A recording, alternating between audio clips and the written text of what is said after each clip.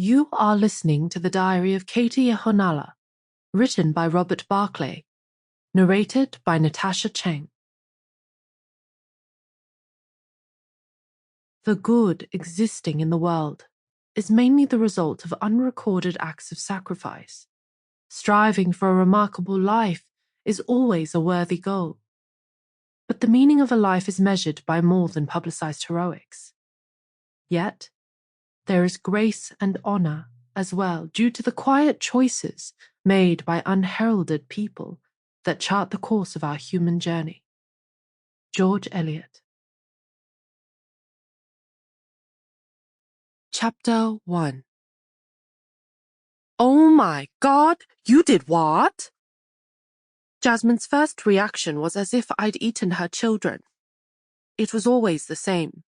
The mock horror when people learn you once owned a sex shop. She was my best friend, and her family was visiting Melbourne from China, and we hadn't seen each other in 3 years.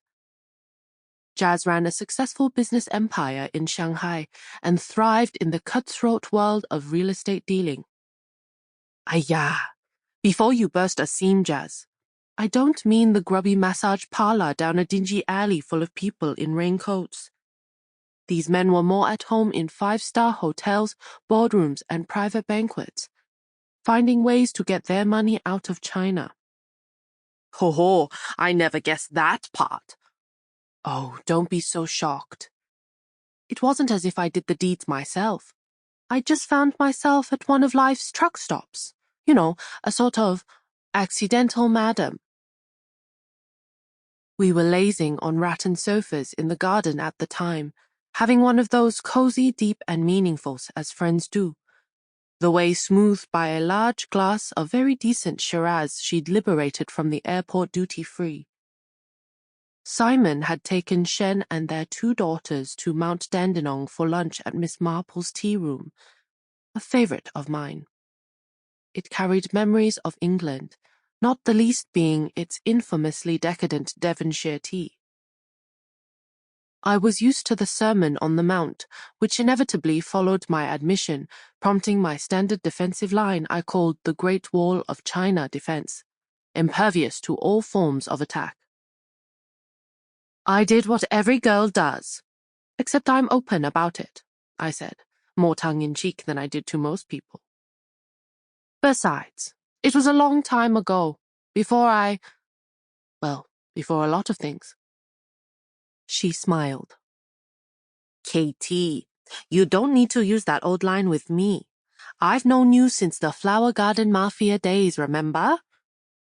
At the best and the worst times.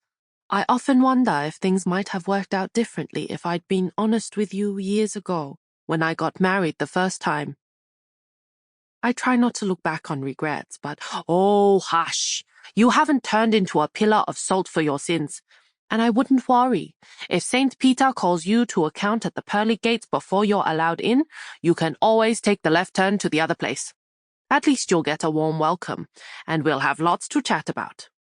Anyway, life isn't always about making your own choices, Katy. Heaven knows, I wouldn't mind another go at a couple of my disasters. I've even kept 1 or 2 from Cheng. Really? Can't wait to hear about them. But life never is it? About being in control, I mean. Some of my decisions turned out to be magical. Like Simon, offset by some, admittedly a touch on the poorly considered side. Still, added together, they delivered me to this day. That's all we can expect, I suppose. Ending up survivors of our beginner's luck and what I call Simon's Law. I'll tell you what that means later, and you can tell me your scandals. I can hear his car. Walking inside, I glanced in a mirror, then paused, pretending to check my hair. Not bad for a woman in her 40s, considering. Jazz and I were both tall for Chinese women, although I wasn't drop-dead beautiful in the way Jasmine was. Unlike her soft, rounded features, my face was Manchu, more sculptured, like Mama and our aristocratic forebears. Her sleek, raven hair was styled in a fashionably short bob. Sample complete. Ready to continue?